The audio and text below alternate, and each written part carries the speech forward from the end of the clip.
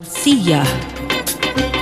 Saudara, kita ikuti rancangan Tausiah yang membicarakan mengenai dengan tajuk solat berjemaah yang disampaikan oleh Yang Berbahagia Ustaz Haji Zulkarnain Ibrahim. Rakaman telah diadakan di Masjid Sultan Azlan Shah, Ipoh. Assalamualaikum warahmatullahi wabarakatuh.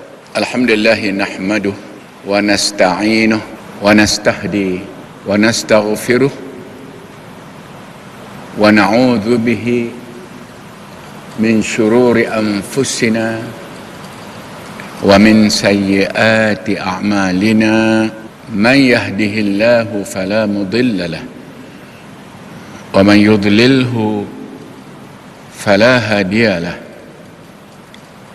Asyhadu an la ilaha illallah wahdahu la syarika lahu wa asyhadu anna sayyidana wa nabiyyana wa habibana Muhammadan abduhu wa rasuluhu wa habibuhu wa khaliluh. Allahumma salli wa sallim wa barik ala Muhammad wa ala alihi wa sahbihi ajma'in. Amma ba'd. Hadirin dan hadirat yang diberi rahmat oleh Allah Subhanahu wa taala, dengan sebesar-besar rahmat di dunia dan di akhirat, atau dengan kata-kata lain, untuk melayakkan kita dapat rahmat Allah dunia dan akhirat, mestilah melazimi majlis ini, mestilah istiqamah dalam menghadiri majlis ini, kerana di sinilah bermulanya rahmat Allah dalam hidup kita dunia dan akhirat. Kenapa dikatakan di sini bermula rahmat Allah dunia dan akhirat? Kerana ilmu itu adalah sumber punca rahmat Allah. Ilmu, kejahilan tidak akan dapat rahmat Allah. Kerana nakkan kasih sayang Allah mesti dengan ilmu. Kita kena tahu kalau cakap apa cakap yang Allah kasih, kalau perbuatan apa perbuatan yang Allah kasih, kalau hidup apa cara hidup yang Allah kasih. Di samping itu kena tahu pula apa perkataan yang Allah murka, yang Allah tak boleh kasih sayang, apa cara hidup yang Allah murka, dan apa juga amalan hidup yang Allah murka. Kesemuanya perlu kepada ilmu. Rahmat artinya kasih sayang. Kasih sayang suatu yang sangat besar, suatu yang sangat penting kepada alam seluruhnya. Kerana Allah turunkan Islam hanya semata-mata untuk memberi rahmat yang melimpah ruah dunia sampai ke akhirat, yang bersumberkan kepada ilmu. Dan hadir ke majlis ini, itulah satu-satunya pendekatan, satu-satunya wasilah jalan untuk dapat rahmat Allah. Tak ada jalan yang lain. Walau bagaimanapun tidak semua yang hadir dalam majlis ini akan dapat rahmat Allah. Melainkan ada beberapa syarat lah dapat rahmat Allah ni. Kalau dah hadir ke majlis yang penuh rahmat ini tak juga dapat rahmat Allah, masih dapat kemurkaan Allah, cuba tanya diri kita, di mana lagi? Di mana lagi aku boleh dapat rahmat Allah? Kalau di sini dalam majlis ilmu ni kita gagal untuk dapat kasih sayang Allah, dan kasih sayang Allah berpunca daripada ilmu, bersumberkan kepada ilmu.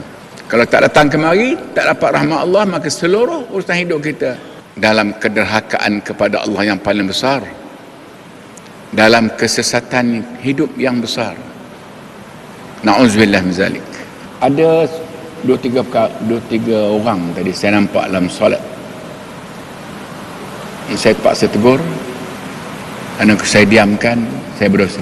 Ada di antara tuan-tuan, apabila imam kata Allahu Akbar dalam sujud, Allahu Akbar, imam bangun daripada sujud. Ada di antara tuan-tuan yang masih sujud lagi. Apa realiti ni? Imam kata sujud, bila imam sujud, lepas tu dia nak bangkit daripada sujud, dia kata Allahu Akbar. Ada tuan-tuan yang terus sujud. Apa realiti ataupun hakikat ini? Yang berbuat begitu, cuba sedar, telah melanggar 3 perkara dalam bab jamaah. Artinya dia tak dapat pahala jamaah pada tempat itu. Pada masa dia sujud tadi, imam dah beri perintah untuk dia bangun. Tuan-tuan mungkin tak sedar, tak perasan. Mungkin keliru adanya hadis yang tuan-tuan salah faham. Hadis sahih yang Nabi sebut, aqrabu ma yakunul abdu baina rabbih wa huwa sajidun. Aqrabu ma yakunul abdu baina rabbih wa huwa sajidun. Seseorang itu amat dekat dengan Allah. Seseorang itu amat dekat dengan Tuhannya. Aqrabu ma yakunul abdu. Seorang hamba itu amat dekat dengan Tuhannya. Dalam hadis yang lain, lebih dekat daripada orat tengkuknya sendiri. Itu hadis yang lain. Bila masanya? Wa huwa sajidun. Ketika dia berada dalam sujud. Tapi masalah hadis ini, hadis untuk siapa? Hadis untuk siapa? Itu masalah dia. Hadis ini bukan untuk imam, bukan untuk makmum. Kalau bukan untuk imam, bukan untuk makmum, untuk siapa? Tak kira lah, saya dapat, saya tanya. Untuk siapa? Bukan untuk imam, bukan untuk makmum, untuk siapa? Boleh?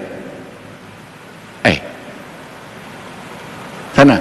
Sasaran hadis ini bukan untuk imam, bukan untuk makmum, tetapi untuk siapa? Untuk orang yang bersolat bersendirian. Untuk orang yang bersolat seorang diri, tidak berjamaah.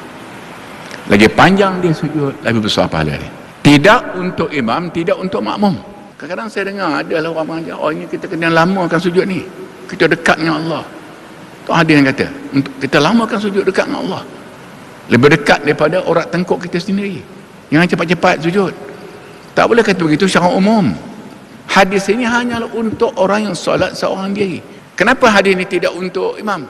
Imam dilarang melakukan sesuatu yang boleh menyusahkan makmum dia. Melakukan solat dalam gerak yang terlalu lambat sehingga membawa kesusahan, keuzuran kepada orang yang memang dah makmum yang ada uzur di belakang. Kena bertimbang rasa dengan imam. Dan hadis ini juga tidak untuk makmum. Kenapa tidak untuk makmum? Kerana makmum terikat.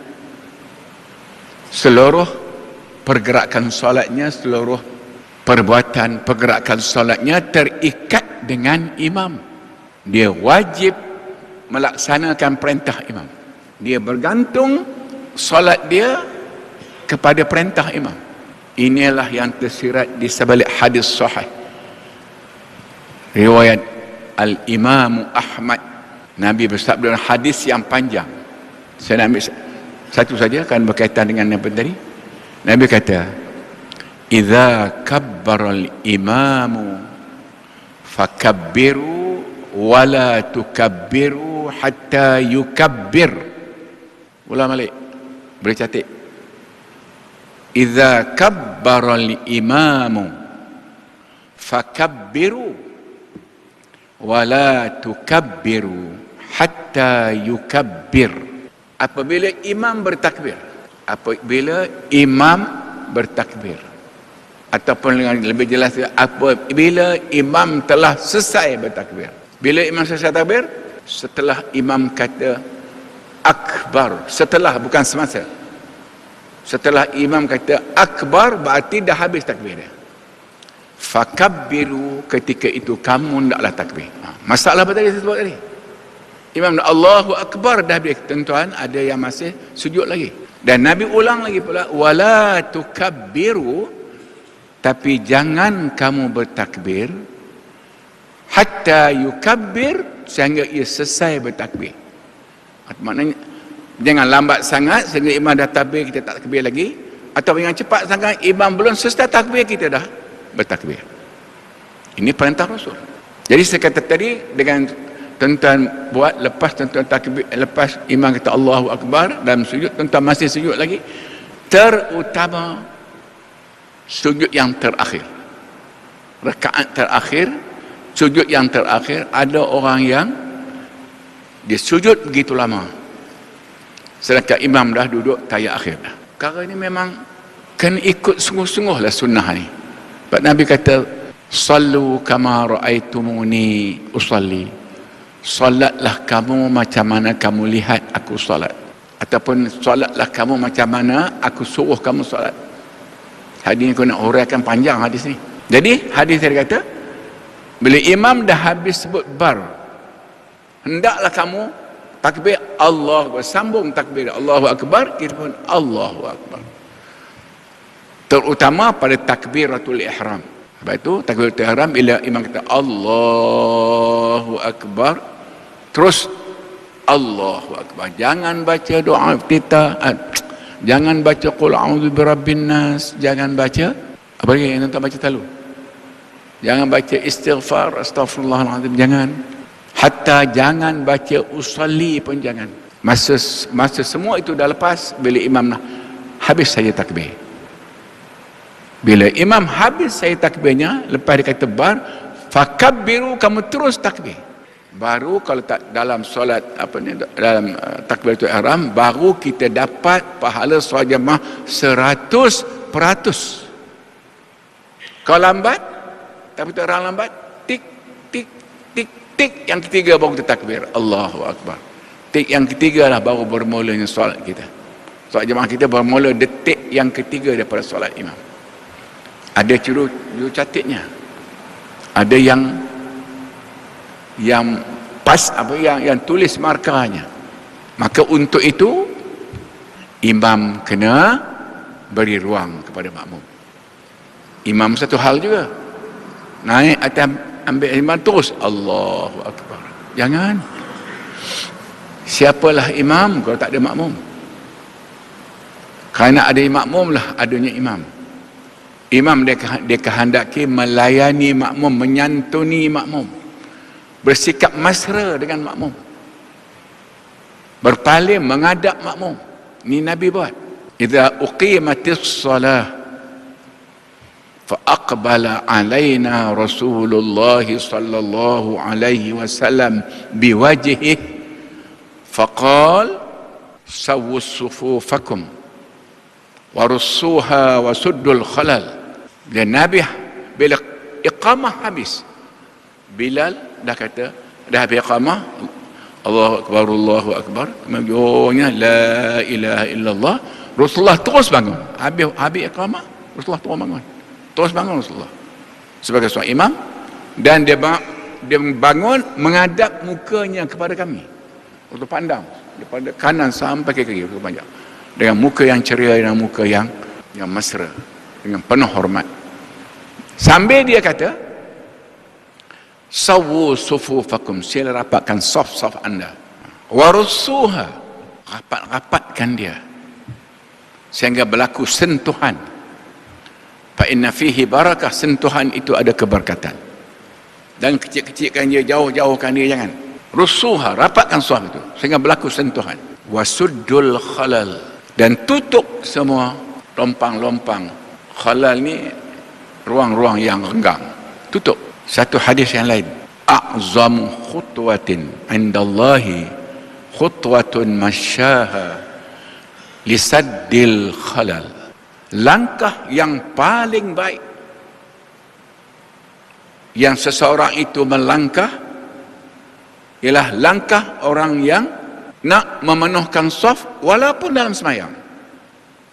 Dan semayang dia tengok depan tu kosong, atau perenggang sikit, boleh masuk dia seorang, maka dia pun melangkah wasudul khalal, untuk tutup lompang ruang tadi. Itu langkah yang paling baik, melebihi langkah pergi perang sabilillah dalam semayang. Jadi imam pula kena beri ruang, sementara dia pandang ke belakang, pesankan wasudul khalal, tutupkan rapat, renggang, kerana bila renggang syaitan masuk. Syaitan masuk mula dia kacau sebelah ni, kacau sebelah ni. Wa inni ra'aituha kamithlil hazafi, Nabi kata, aku melihat syaitan itu, Nabi nampak syaitan tu macam mana anak kambing hitam, kata Nabi. Dia rupa tu, dia masuk celah-celah tu, aku nampak rupa syaitan tu macam anak kambing hitam. Dia masuk setiap celah-celah saf yang renggang, nak kacau kita. Jadi imam buat demikian ialah untuk memberi masa supaya makmum dapat apa tadi? Bersedia untuk takbir, dan masa tunggu imam pesan rapatkan, luruskan dan penuhkan solat itu, kita bacalah qul a'udzu birnas, kita nak baca qul a'udzu, apa lagi, istighfar kita nak baca. Kenapa kena baca qul a'udzu birnas? Sebab nak hindari was-was. Was-was ni haram, bukan makruh, haram was-was. Nak hindari was-was. Kena kita pula kena baca istighfar, astaghfirullahalazim. Kenapa? Karena kita semayang dengan penuh dosa, tak istighfar pada Allah, kita menghadap Allah dalam keadaan kotor, dalam keadaan bernajis, najis dosa. Najis ada dua, satu najis aini, najis yang nampak, dan najis hukmi. Dia najis tapi pada hukumnya dia najis, tapi tak nampak najis. Itulah dosa yang kita lakukan di luar semayang tadi. Di luar semayang tadi, apa yang tak lihat, apa yang tak didengar di luar semayang. Lebih baik dalam suasana kita tidak ditadbir dengan hukum Allah. Environment kita, persekitaran kita tidak dibentuk oleh syariat Allah, kan syariat Allah tidak menjadi syariat yang terlaksana dalam hidup kita. Jadi sebab itu kita kena istighfar. Kenapa? Karena kita menghadap Allah yang Maha Suci. Innallaha tayyibun la yaqbalu illa tayyiban. Allah itu amat suci, murni, maka dia tidak akan menerima yang kotor dan yang tidak suci. Yang kotor dan yang najis, Allah Ta'ala kotor, dosa. Istighfar dulu. Okey, imam beri ruang untuk makmum baca Quran benar. Dan kalau yang baiknya tentu, kalau imam yang baiknya, masa dia pandang pada makmum tu, beri pesanan rafat, dia baca, ajak makmum baca awam, bismillahirrahmanirrahim, qul a'udzu birabbin nas, malikin nas, ilahin nas, min syarril waswasil khannas, astaghfirullahalazim, astaghfirullahalazim. Kena baru dia terus menghadap kiblat dan terus takbir. Makmum lepas itu jangan ada apa lagi yang menghalang untuk kita bertakbir selepas sebaik-baik saja habis lafaz takbir, iaitu akbar, terus Allahu akbar. Kata hadis Nabi, hadis yang sahih, kalau kamu boleh buat sekurang-kurangnya 40 rakaat 40 solat jamaah yang kita boleh buat berturut-turut takbir Allahu akbar, selepas selesai imam takbir Allahu akbar, kita pun Allahu akbar, dapat 40 waktu berturut-turut berbuat demikian. Nabi janji dua perkara. Dua perkara ni tak boleh dibayar dengan apa juga pembayar yang ada dalam dunia ni. Tak boleh dibeli dua janji ni dengan apa juga pembeli yang ada di dunia ni. Tak boleh nak letak harga dengan apa juga harga yang ada di dunia ni. Tidak ada pilnya, tidak ada toniknya, tak ada kliniknya. Pasal penyakit kan mesti ada pil, mesti ada ubat kan, mesti ada doktor, mesti ada klinik. Tak ada. Nabi kata apa? Disembuhkan dia daripada penyakit munafik. Munafik yang lari daripada perjuangan Islam, tinggal perjuangan Islam, pergi perjuangan yang lain. Itu munafik. Nabi janji melalui lisan, Nabi berjanji penyakit munafiknya akan disembuhkan oleh Allah. Yang tak ada apa tadi sebut tadi. Nak cerita tentang munafik ini cukup panjang. Pada setiap surah, umumnya 90% pada setiap surah ada cerita munafik. Di samping ada suratul munafiqun. Nak ulas sikitlah. Tanda, simptom kata orang, penyakit munafik yang paling besar bukanlah seperti mana yang biasa kita dengar, cakap bohong, janji, mungkir lagi. Apa lagi? Janji mungkir, nak buat itu, nak buat ini, semalah tak buat penjanji tu. Yang tiganya apa? Bila dia bercakap, dia berdebat, dia nak menang. Itu aja.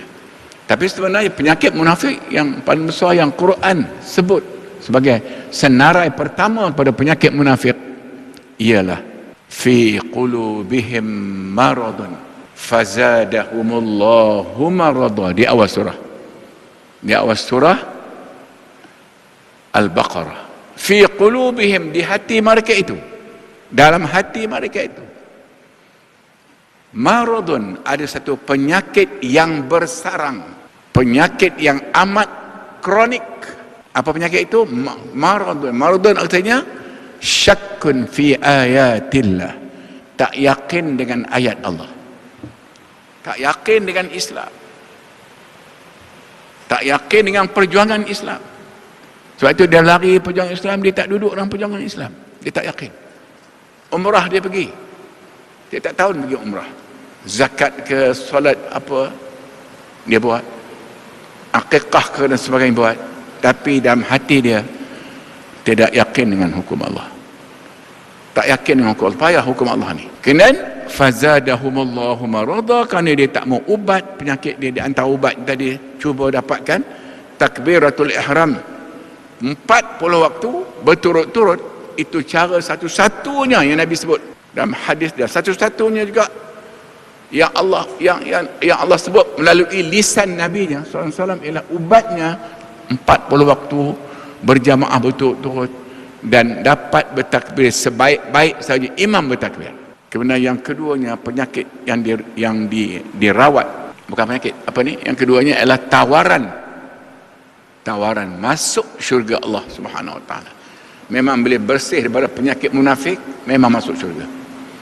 Penghalang masuk syurga yang paling besar selain berkufur, syirik dan murtad ialah munafik, nifaq, penyakit munafik, tak yakin dengan hukum Allah. Okey. Sambungan rancangan tausiah bertajuk Solat Berjemaah yang disampaikan oleh Yang Berbahagia Tuan Haji Zulkarnain Ibrahim dapat anda ikuti lagi esok jam 1.30 hari dan 6 petang di Perak FM. Tausiah.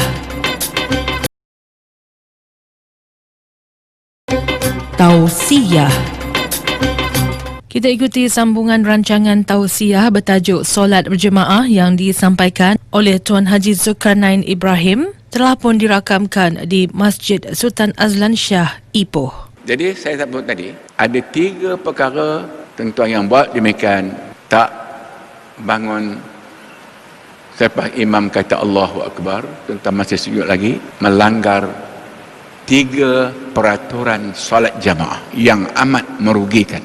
Pertama sekali, tuan-tuan buat demikian kerana datang daripada kehendak tuan-tuan sendiri, bukan berdasar kepada hadis Nabi. Nabi kata berimam Allahu Akbar, habis dia bar, terus fakabbiru, terus takbir. Satu, tidak ikut perintah Nabi SAW, ataupun meletakkan kehendak sendiri atau kehendak individu. Tuan-tuan meletakkan kepentingan individu mengatasi kepentingan jamaah. Kerja jamaah yang paling besar pahalanya ialah bertakbir sebaik saja imam selesai takbir pada setiap rakaat dan pada setiap rukun fi'li. Sehingga kita dapat bersama dengan imam daripada rukun fi'li itu, pada setiap rukun fi'li itu pada awal sampai akhir. Kalau ketinggalan daripada imam satu rukun, tak bersama dengan imam satu rukun fi'li, oleh kerana kita lambat bangun tadi, kan, sehingga imam dah turun balik ke sujud, kan, baru tuan-tuan bangun, sudah satu rukun fi'li tidak bersama imam, hilang pula pahala jamaah. Pahala jamaah mestilah bersama imam pada setiap rukun fi'li, bukan pergerakannya lain, imam dah takbir baru kita bergerak, kan. Ini dia punya kedudukan. Hendaklah di antara syarat untuk dapat kesempurnaan solat jamaah, hendaklah bersama dengan imam pada setiap rukun fi'li. Berapa rukun fi'li you bilang? Rukun fi'li yang kita kena bersama dengan imam daripada awal sampai akhir, bilang. Pertama, rukun fi'li yang pertama berdiri. Lagi rokok, i'tidal. Lagi sujud 2 kali, duduk antara 2 sujud, duduk tahiyat akhir, termasuk juga duduk tahiyat awal dan waktu sunat, tapi dia fi'li. Yang ini kita kena bersama dengan imam pada awal sampai akhir. Bila mulanya bila imam kata Allahu Akbar, habis kita terus bangun, dapat bersama imam pada awal sampai akhir. Itu nak dapat fadilat jamaah paling sempurna. Berapa tadi? Kesalahan berapa dah? Yang pertama tadi, engkar perintah imam. Yang Nabi kata, bila imam habis takbir, kamu terus takbir. Kerana takbir imam tu arahan kepada makmum, ikut dia. Dalam takbir tu ada message, kata orang sekarang ni, kalau pakai handset ni. Apa message-nya? Ialah ikut arahan imam. Pasal apa ikut arahan imam?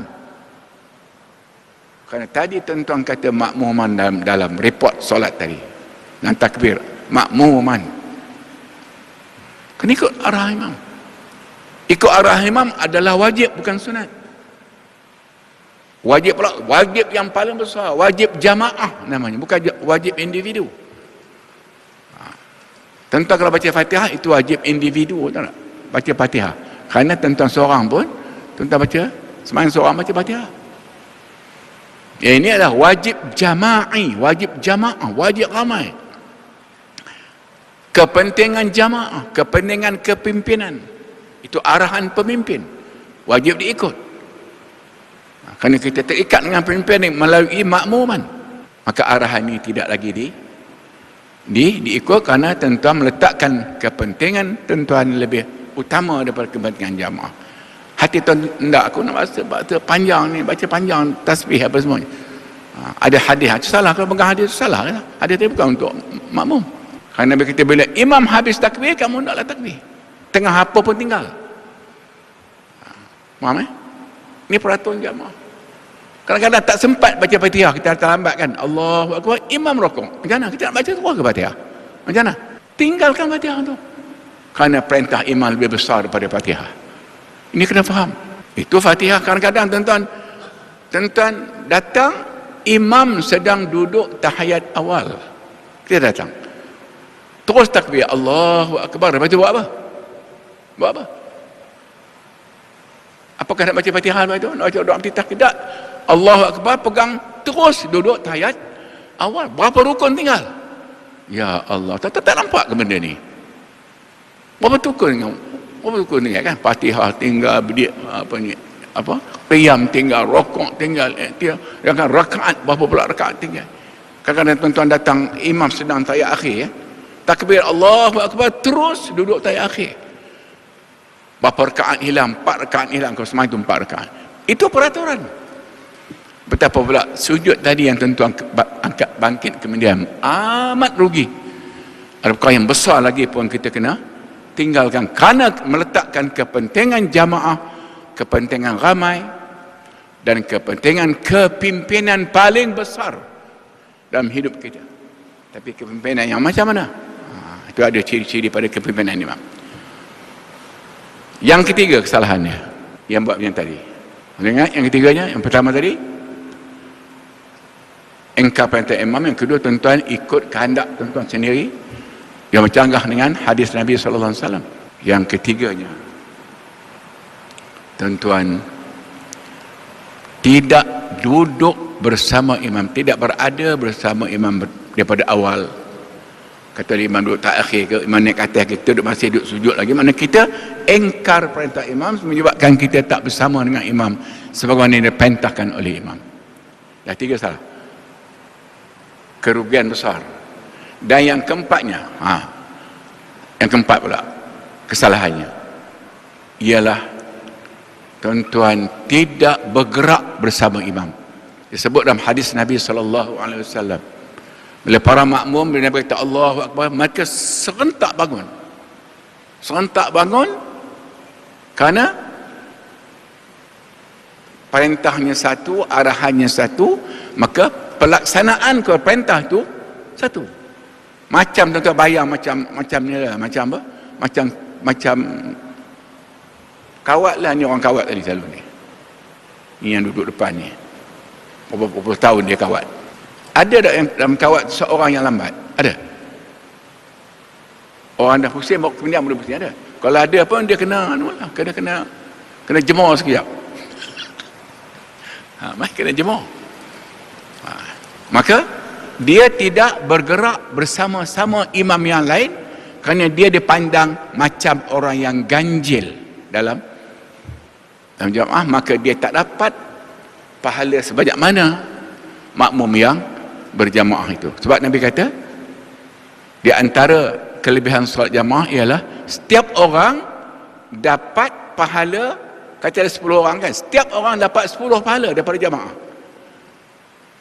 Setiap orang dapat, kalau 100 orang, setiap orang dapat 100 pahala daripada solat itu, kerana ia bergerak bersama imam, tidak jadi ganjil macam piston kereta kan, ada yang naik dia turun kan, atau dia gerak sama. Kenapa sama? Logik kenapa sama? Kerana arahannya satu. Allahu Akbar, dan Nabi kata tadi, bila imam habis takbir, fakabbiru, terus takbir. Kalau semua ikut yang ni, bergerak jadi serentak. Jadi macam mana apa tadi? Kawat tadi yang meletup pujian tu kan. Pasal itu serentak. Disebut dalam hadis Nabi SAW. Kerana arahannya satu, daripada imam satu, kerana semua meletakkan kepentingan jamaah, kepentingan pemimpin depan ni, semuanya ditunaikan serentak. Aku pergi kalau dia seorang, maka dia seorang bangun, tak dapat pahala jemaah ketika dia bangun. La ilaha illallah. Ini pasal apa? Pasal tak tahu, tak mendalami dalam bab ini. Jarang orang sebut pun dalam bab seperti ini. Kalau imam sujud, kita sujud tu aja. Bila nak sujud, macam mana nak sujud, umpamanya tak didetailkan. Maka berlakulah dalam solat, kalau 10 orang 10 macam punya pergerakan. Kau suka dia apa? Mana boleh kau suka? Makmuman dah ikat kita. Dah imam nak sini, tak mana boleh ikut suka, sebab dia dah ikat dengan imaman. Oleh itu imam jangan buat sesuatu seolah-olah ia tak ada kena-mengena dengan makmum dia. Jangan hilang pahala imam, pahala jamaah imam.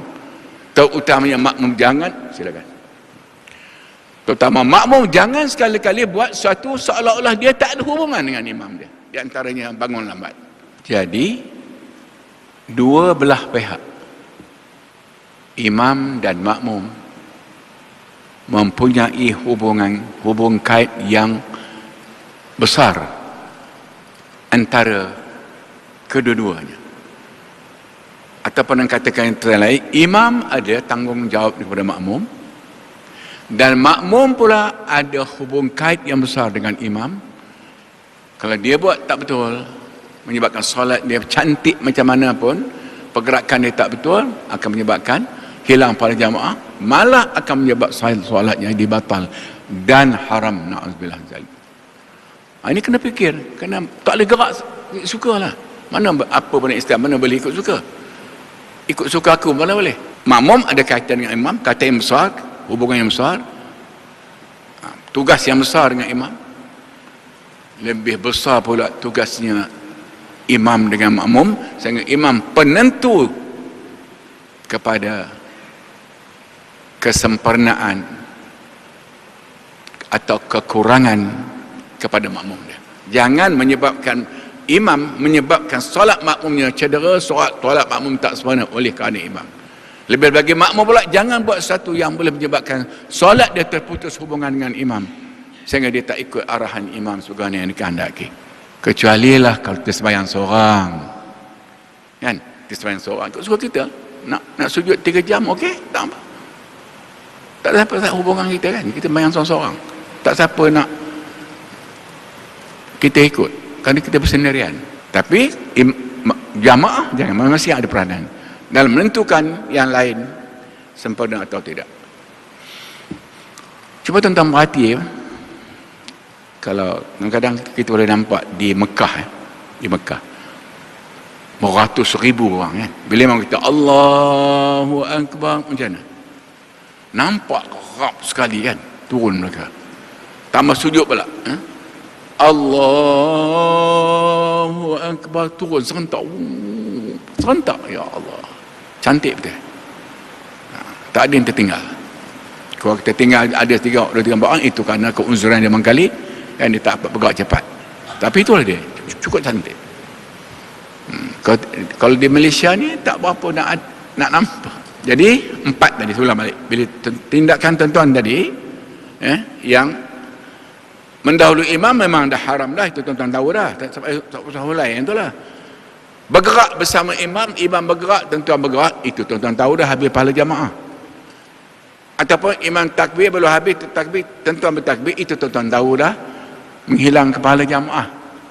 Habis kepala jamaah daripada rumah sampai kemari, habis semuanya. Sebab tak betul pergerakannya. Tetapi yang ini ni, yang lambat. Lambat tadi 4 kesalahan di sudut kesempurnaan solat jamaah. Pertama, dia engkar perintah imam, kerana takbir itu perintah imam. Yang keduanya, dia mengutamakan kehendak diri dia sendiri sehingga dia tidak mengindahkan perintah imam. Yang ketiganya, apa tadi? Ingat balik? Apa? Dia tidak dapat bersama imam dalam rukun yang selepasnya. Lepas imam gerak tu kan, dia sujud lagi, dia tak bersama imam dalam rukun yang selepasnya. Mungkin dia bangun, imam dah setengah dah. Rugi pala jamaah nak buru perkara yang mengenai dengan kepentingan diri, bukan kepentingan jamaah itu. Yang tuan-tuan buat tu, itu bukan kepentingan jamaah, itu kepentingan tuan-tuan sendiri. Yang keempatnya, kehilangan pahala hubungan dengan semua makmum kerana tuan-tuan ketinggalan daripada makmum yang lain. Jamaah tak ada. Allahu Akbar. Okey. Tapi sebenarnya saya sebut tadi, dalam takbir itu sebenarnya ada 5 perkara sebenarnya dalam takbir itu. Sempat ke saya nak sebut? Tak apa, saya ringkas ya. Pertama, takbir imam. Tak apa takbir tawatul ihram ke takbir apa. Pertama sekali ialah suatu pemberitahuan kepada makmum oleh imam melalui takbir dia, aku sedang bergerak sekarang. Itu maksud dia. Itu. Yang keduanya, dalam takbir itu juga ada satu lagi pesanan. Apa dia? Kamu jangan bergerak lagi selagi aku masih bergerak. Tunggu aku habis bergerak baru kamu bergerak. Mesej yang ketiga, masa aku bertakbir, kamu jangan takbir. Dia ada 2, pergerakan dengan takbir. Bila habis aku takbir nanti, baru kamu takbir. Itu yang ketiga. Yang keempatnya,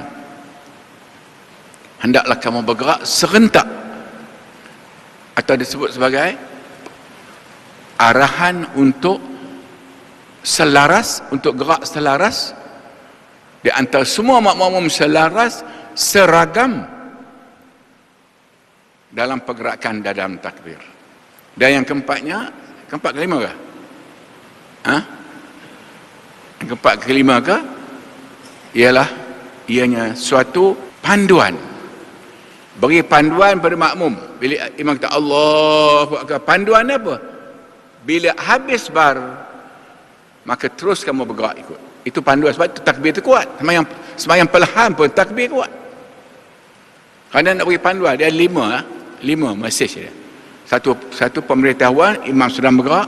Yang kedua, satu arahan, bergerak ikut imam selepas aku bergerak sampai aku takbir. Yang ketiganya ialah apa tadi? Saya lupa dah, ada 5 kan. Satu yang memberi panduan kan. Tunggu aku habis takbir dulu. Tunggu aku dah sampai ke tempat aku bergerak, baru kamu bergerak. Dan kelimanya adalah untuk bergerak secara selaras, seragam, serentak. Itu gunaan takbir itu kuat. Jadi cuba yang tuan-tuan betulkan balik. Tapi yang ini saya dahulukan kaedah yang perkara yang besar yang mengenai dengan kekeliruan atau buat tuan-tuan buat satu, tuan-tuan tak sedar itu satu kesalahan yang menyebabkan kehilangan fadilat jamaah pada perbuatan tadi. Bukan semua, pada perbuatan tadi. Dan Nabi kata fadilat jamaah itu, Nabi kata khairun minad dunya wa ma fiha, ia lebih baik daripada dunia dan daripada seluruh isi dunia. Lebih baik fadilat jamaah itu daripada dunia dan isi-isinya. Menjadikan dunia dan seisinya tidak berharga dibandingkan dengan harga fadilat solat jamaah yang tuan-tuan buat betul, terutamanya makmum. Kerana fadilat solat jamaah itu harganya syurga Allah Subhanahu Wa Taala yang tidak ada di dunia ni, syurga Allah Taala. Jadi kita nak semayang sampai ke syurga insya-Allah. Kan itulah dia janji Allah kepada kita untuk ditempatkan di dalam syurganya, lambang rahmat, keberkatan dan keridhaan Allah yang paling besar. Aqul qali hadza astaghfirullahal azim li wa lakum wa li sairil muslimin wal muslimat wal mu'minin wal mu'minat fa ya fawzal mustaghfirin wa ya najatat taibin. Wallahu a'lam. Demikian tadi saudara rancangan tausiah bertajuk Solat Berjemaah yang disampaikan oleh Yang Berbahagia Tuan Haji Zulkarnain Ibrahim telah pun dirakamkan di Masjid Sultan Azlan Shah Ipoh. Tausiah.